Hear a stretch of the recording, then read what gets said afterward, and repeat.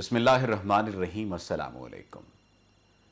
ताल्लुकात का तनकीद से है याराना, किसी का जिक्र करे कौन एहतसाब के साथ। वज़ीर आज़म आज़ाद कश्मीर अब्दुल क़य्यूम नियाज़ी के हवाले से एक नहायत ही अजीब व गरीब प्रोपेगेंडा शुरू किया जा रहा है। हैरानी है, ऐसी फजूलियात बयान की जा रही हैं जिनका हकीकत से कोई ताल्लुक ही नहीं।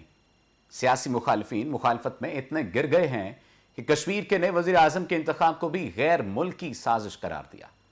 अफसोस सद अफसोस, झूठ और मुबालगे ने अफसोस इज्जत खो दी, सुखन बरी की।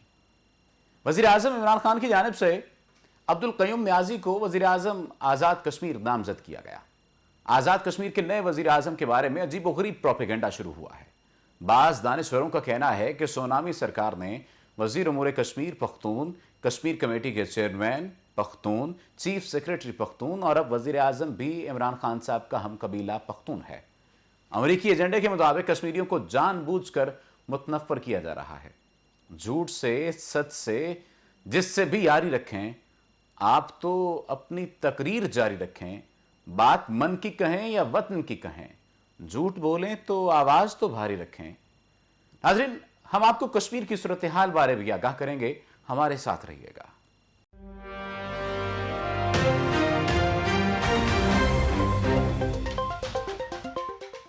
टेल न्यूज़ के साथ मैं हूं सफदर अली।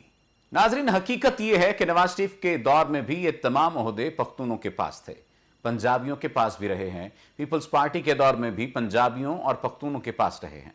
मौलाना फजलुर रहमान काफ़ी अरसा कश्मीर कमेटी के चेयरमैन रहे। उनसे तो कभी किसी ने नहीं पूछा कि आप पख्तून हैं, आप क्यों इतना अरसा चेयरमैन रहे। आपके तमाम एतराज़ात अकल से बईद हैं। याद माजी अजाब है यार, अब छीन ले मुझसे हाफजा मेरा। एक और संगीन इल्जाम जो लगाया गया है कि अमरीकी एजेंडे के मुताबिक कश्मीरियों को जानबूझकर मुतनफ़्फ़र किया जा रहा है। यानी वज़ीर आज़म इमरान खान साहब या पाकिस्तान की फौज वो जानबूझकर एक अमरीकी एजेंडे को फॉलो कर रहे हैं कि पाकिस्तान से आपने कश्मीरियों को मुतनफ़्फ़र करना है, उनको पाकिस्तान से दूर करना है। और ये भी फरमाते हैं कि बहसीयत पख्तून मैं हुकूमती रवैये की मजम्मत करता हूं। वाह, हम आपको बहसीयत सहाफ़ी एक बात बताएं कि पहले आप सहाफ़ी बने और आपको पता होना चाहिए कि आप क्या कह रहे हैं। रही बात वज़ीर आज़म आज़ाद कश्मीर अब्दुल क़य्यूम नियाज़ी की, तो जनाब अब्दुल क़य्यूम नियाज़ी पख्तून नहीं हैं, ये कश्मीरी हैं और ज़ात के मुग़ल हैं। बहुत सारे कबाइल सेंट्रल एशिया और मुख्तलिफ इलाकों से कश्मीर में पहुँचते रहे। सदियों पहले इनके आबा व अजदाद आए और वो लोग फिर कश्मीर में आबाद हो गए। ऐसे ही लोग पाकिस्तानी भी बने हैं और इंडिया में भी आए हैं। तो ये बात तो वाज़ेह है कि अब्दुल क़य्यूम नियाज़ी बुनियादी तौर पर पख्तून नहीं हैं और ना वो न्याज़ी हैं। ताल्लुक की बात की जाए तो उनका ताल्लुक मुगल खानदान से है। आज़ाद कश्मीर में LA-18 से उन्होंने इंतखाब लड़ा। इससे पहले वो मुस्लिम कॉन्फ्रेंस में थे। अब्दुल क़य्यूम नियाज़ी पहले कभी भी किसी भी अहम ओहदे पर नहीं रहे, लेकिन एक अच्छी सियासी शख्सियत हैं और अपने इलाके में बहुत मकबूल हैं। लोग उनको ईमानदार और बेहतर आदमी समझते हैं, काबिल भरोसा आदमी समझा जाता है उनको और काबिल भरोसा आदमी कहा जाता है। अब वो न्याज़ी हैं या पख्तून हैं, ये सिर्फ उनका नाम सुनकर प्रोपेगेंडा किया जा रहा है, ट्वीट्स दागे जा रहे हैं। हकीकत तो यह है कि न्याज़ी उनका तखल्लुस है। उन्होंने अपनी शायरी, अपनी तहरीरों में अपना तखल्लुस न्याज़ी रखा है, ताहम वो न्याज़ी से मशहूर हैं। उनके पूरे ख़ानदान में कोई भी शख्स न्याज़ी को बतौर लाहिका इस्तेमाल नहीं करता, तो उन्होंने इसको ऑप्शन के तौर पर खुद रखा। ये उनकी अपनी मर्जी थी। ताहम वो पख्तून नहीं हैं और ना ही इमरान खान के कबीले से उनका कोई ताल्लुक है, ना ही वो कश्मीर से बाहर का कोई नॉन कश्मीरी आदमी है। LA-18 से कश्मीरियों ने उनको मुंतखब किया और वो जीतने के बाद वज़ीर आज़म के ओहदे के लिए अहल थे। उन्हें कबूल मेरी राहबरी न थी, लेकिन मुखालिफीन मेरे साथ चलते रहे। वज़ीर आज़म आज़ाद कश्मीर के खिलाफ एक और प्रोपेगेंडा भी किया गया है। कुछ लोगों ने कहा कि ये कोई रूहानी चक्कर है, पर्चियां निकलती हैं, रूहानी सिलसिले चलते हैं और फिर रूहानियत में ओहदा सौंप दिया जाता है। अफसोस सद अफसोस, कश्मीर एक खित्ता है, उसका वज़ीर आज़म रूहानी चक्कर में बना दिया गया। ये एक बड़ी अजीब बात है और हैरानी इस बात की है कि बहुत सी जिम्मेदार शख्सियात इस बात को हवा दे रही हैं, प्रोपेगेंडा कर रहे हैं और इस तमाम तर सूरत हाल पर सियासत की जा रही है। इस तमाम तर मामले पर बात करने के लिए हमें ज्वाइन किया है सीनियर सहाफ़ी इकबाल मीर साहब ने। मीर साहब, बहुत शुक्रिया आपके वक्त का। मीर साहब, वज़ीर आज़म आज़ाद कश्मीर के हवाले से अजीब अजीब बातें की जा रही हैं, नहायत बेबुनियाद प्रोपेगेंडा किया जा रहा है, कभी रूहानियत का मामला तो कभी नाम का। मुखालफिन की जानिब से मुख्तलिफ इल्ज़ामात के निस्तर चलाए जा रहे हैं। इस तमाम तर सूरत हाल पर आप क्या कहेंगे?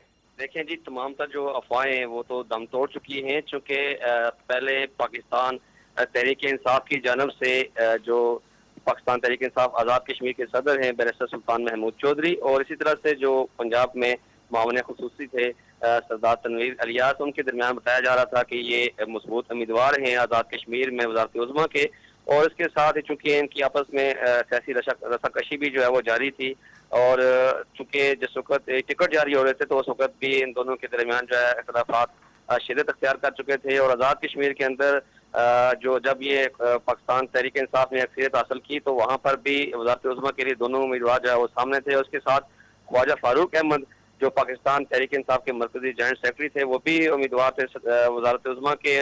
جب ہم نے ان سے بات کی تھی تو ان کا یہ کہنا تھا جو وزیر اعظم پاکستان جو پارٹی چیئرمین ہے عمران خان جو فیصلہ کریں گے وہی ہمیں قبول ہوگا، اور پھر آخری ٹائم پہ تو جب پتہ لگا کہ اظہر صادق جو ڈڈیال سے ہیں، میرپور کا جو تحصیل ہے اس کے علاقے سے تعلق رکھتے ہیں، ان کا پتہ لگا تو کہ وہ آخری ٹائم پہ ان کا نام جو ہے وہ چل رہا ہے، تو ظاہر ہے جو پارٹی چیئرمین ہوتا ہے اسے دیکھنا پڑتا ہے کہ کس کو آگے لانا ہے اور کس کو نہیں لانا، اور چونکہ 5 سال بھی پورے کرنے ہوتے ہیں، باقی بھی کئی سیاسی چیزیں ہوتی ہیں جو ہونی ہوتی ہیں پارٹی کے اندر کسی سسٹم کو چلانے کے لیے، تو ساری چیزیں جو ہے وہ سامنے رکھنی ہوتی ہیں۔ چونکہ اچھا میر صاحب، آپ گہری نظر رکھتے ہیں کشمیر کی سیاست پر، ایک سوال ہے، وہ یہ سوال کہ اعتراض یہ کیا جا رہا ہے کہ عبدالقیوم نیازی صاحب اسٹیبلشمنٹ کے بندے ہیں اور عمران خان صاحب اپنا پولیٹیکل بندہ نہیں لا سکے، یہ اسٹیبلشمنٹ کا بندہ ہے جو لایا گیا ہے۔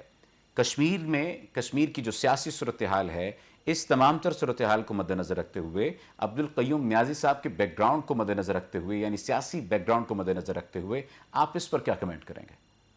میں تو یہ کہوں گا کہ عبدالقیوم خان نیازی صاحب ایسی شخصیت ہیں جو متنازع نہیں ہیں، اور دیکھا جائے تو ان کی بہت زیادہ قربانیاں ہیں خاص کر تحریک آزادی کشمیر کے لیے، اور کیونکہ ان کا جو خاندان ہے وہ مقبوضہ کشمیر سے تعلق رکھتا ہے، اور 47 میں جب یہ اس وقت قیام آزاد کشمیر جب ہوا تھا تو اس وقت یہ لوگ ہجرت کر کے آزاد کشمیر آئے تھے، اور یہاں پھر انہوں نے سیاسی بھی اپنی جو سرگرمیاں تھیں وہ بحال رکھی۔ اس کے علاوہ جب پاکستان کا قیام عمل میں لایا گیا تھا اس سے قبل بھی ان لوگوں کی بڑی قربانیاں ہیں تحریک پاکستان کے لیے اور اسی طرح سے تحریک آزادی کشمیر کے لیے بھی، تو ایسی کوئی چیز نظر تو نہیں آ رہی۔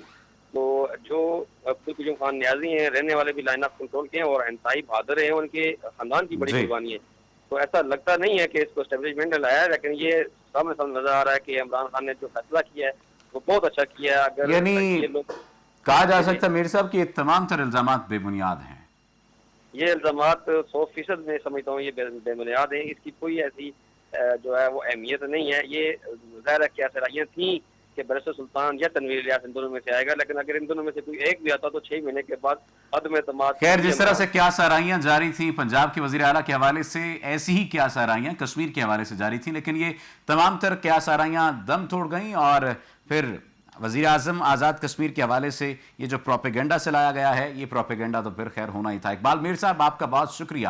ناظرین، جو لوگ تنقید کر رہے ہیں، جو لوگ اس بات پر خوفزدہ ہیں کہ کس طرح سے نیازی صاحب کو وزیر اعظم آزاد کشمیر بنا دیا گیا ہے، اور ان کے بارے میں یہ بات کہی جا رہی ہے کہ یہ تو عبدالقیوم نیازی صاحب تو اسٹیبلشمنٹ کے بندے ہیں، خدا کا خوف کریں، یہ ایک انتظامی فیصلہ تھا۔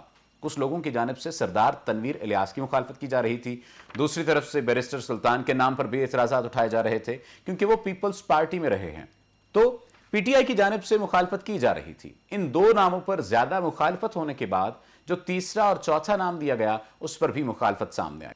پھر جب عمران خان صاحب نے جائزہ لیا تو عبدالقیوم نیازی سب سے بہتر امیدوار سامنے آئے، اور ان پر تمام فریقین نے اعتماد کا اظہار کیا۔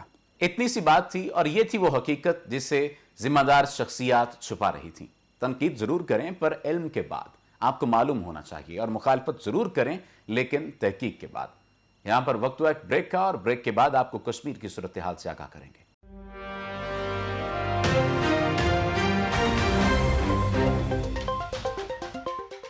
ویلکم بیک ناظرین، کشمیر اپنے آنگن میں خوبصورتیوں کے جلوے سمیٹے ہوئے ہے۔ اس جنت نظیر دھرتی کے نصیب میں کیا لکھا گیا ہے، سوچیں تو کلیجہ منہ کو آ جاتا ہے۔ یہ نام امن، خوبصورتی، محبت اور خوشحالی کی علامت سمجھا جاتا تھا۔ اس نام سے محبت کے ترانے وابستہ تھے۔ اس نام کی مہک کسی بھی گل میں نہ پائی جاتی تھی۔ اس کے شہریوں کا حسن اور اخلاق دنیا میں سب سے اعلیٰ تھا۔ وہ خوبصورت وادی، दिलकश रास्ते, दिलफरेब मनाजिर, किसी बद नजर की नजर ही खा गई। जिस खित्ते को जन्नत कहा जाता था, आज शहरियों के लिए जहन्नुम बना दिया गया है। दिल खून के आंसू रोता है। इस पर मिसाल मलिक साहिबा ने क्या कहा, आइए देखते हैं।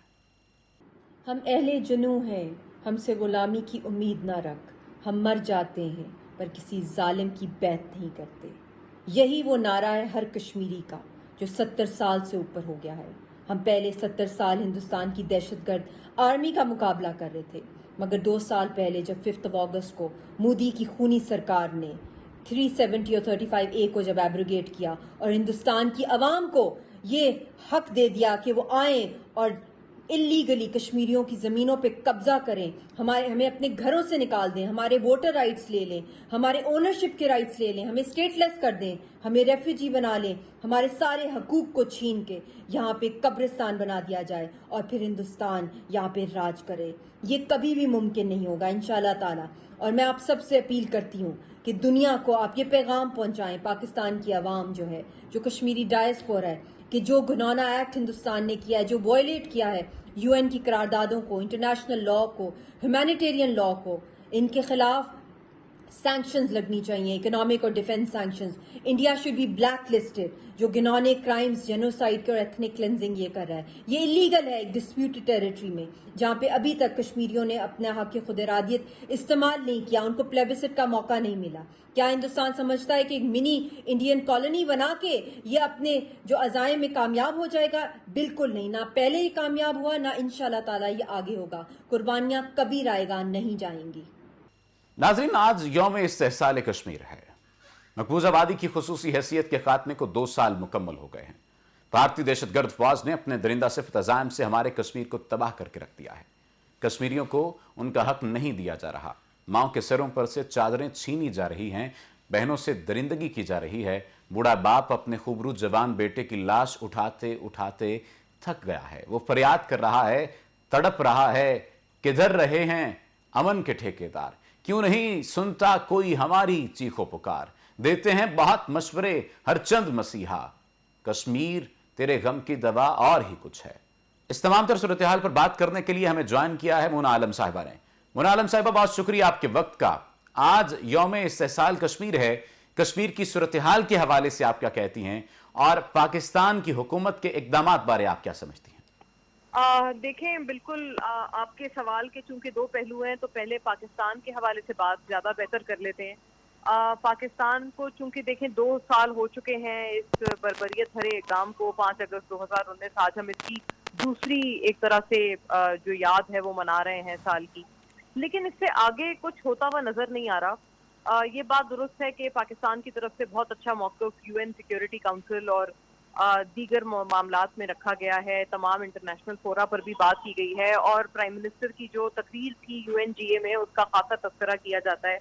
कोई शक नहीं कि वो जो तकरीर थी बहुत भरपूर थी और बहुत आर्टिकुलेट उनकी तकरीर थी, जिसका देर पा असर हमने देखा कि बैनुल अक़वामी सतह पर हुआ।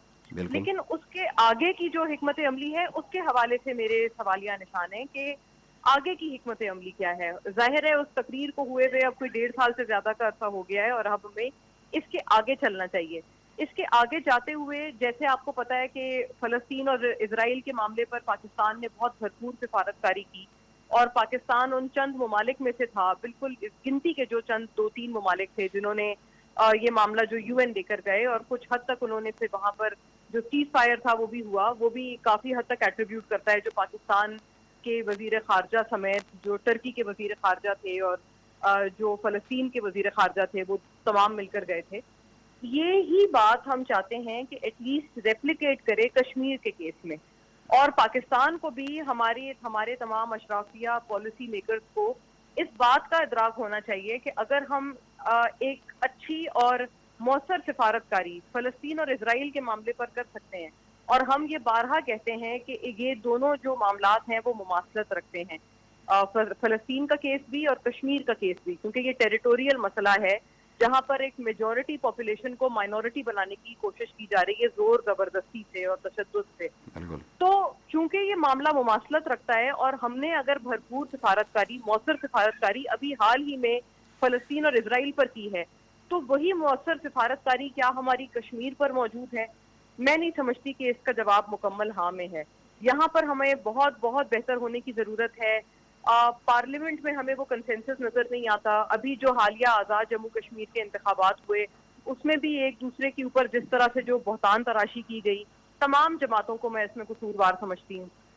ان کی وجہ سے جو ایک ہمارا بین الاقوامی سطح پر جو امپریشن گیا ہے پاکستان کا، کیونکہ تمام جماعتیں ایک دوسرے کو غدار ہونے کے سرٹیفکیٹ دے رہی تھیں، تمام جماعتیں ایک دوسرے پہ یہ الزام عائد کر رہی تھی کہ انہوں نے خدا نخواستہ کشمیر کو بیچ دیا.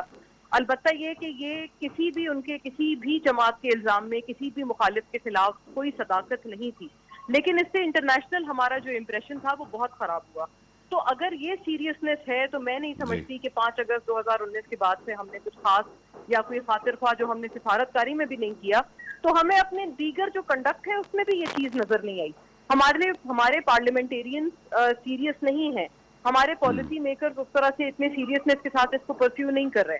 اور میں نے یہ بھی نوٹس کیا ہے کہ جب سے یہ افغان پیس پروسیس کا تمام معاملہ آگے بڑھایا جا رہا تو ہے کشمیر اس کو کی بھول وجہ گئے. سے بھی کافی حد تک کشمیر کا معاملہ بیک برنر پر گیا ہے. اس کو دوبارہ اجاگر کرنا ہے، ورنہ خدا نہ خواستہ یہ نہ ہو کہ ہم صرف اس کی اینیورسری مناتے رہ جائیں ہر 5 اگست کو. بہت شکریہ مونا عالم صاحبہ. ناظرین، بھارتی آئین کے مطابق 370 اور 35A سے مقبوضہ ریاست جموں کشمیر کو خصوصی درجہ مل گیا تھا. بھارتی آئین میں ان دونوں شقوں کے بعد مقبوضہ کشمیر میں کوئی بھی غیر ریاستی باشندہ زمین اور جائیداد خریدنے کا قانونی حق نہیں رکھتا تھا. بھارتی آئین میں ان شقوں کی موجودگی میں سرکاری نوکریوں کا حق صرف کشمیریوں کو حاصل تھا، جو ان سے چھین لیا گیا. اس قانون کے مطابق بھارتی لوگ مقبوضہ جموں کشمیر کے شہری نہیں بن سکتے تھے. بھارت کی ہندو انتہا پسند حکمران بھارتیہ جنتا پارٹی نے 5 اگست 2019 کو صدارتی حکم نامے کے ذریعے 370 اور 35A کو ختم کر کے پارلیمنٹ کے دونوں ایوانوں سے اس کی توثیق کروا دی. یوں بھارت نے ایک مسلم اکثریتی ریاست کو اقلیت میں تبدیل کرنے کا آغاز کر دیا. توڑ اس دست جفا کیش کو یارب جس نے روح آزادی کشمیر کو پامال کیا. اور یہاں پر وہ شعر کہ یارانے جہاں کہتے ہیں کشمیر ہے جنت، جنت کسی کافر کو ملی ہے نہ ملے گی. ناظرین، اسی دعا کے ساتھ کہ کشمیر کی وادی جلد از جلد آزاد ہو، کشمیر کی وادی میں ہر طرف امن اور سکون ہو، اپنے میزبان صفدر علی کو دیجیے اجازت. اللہ نگہبان.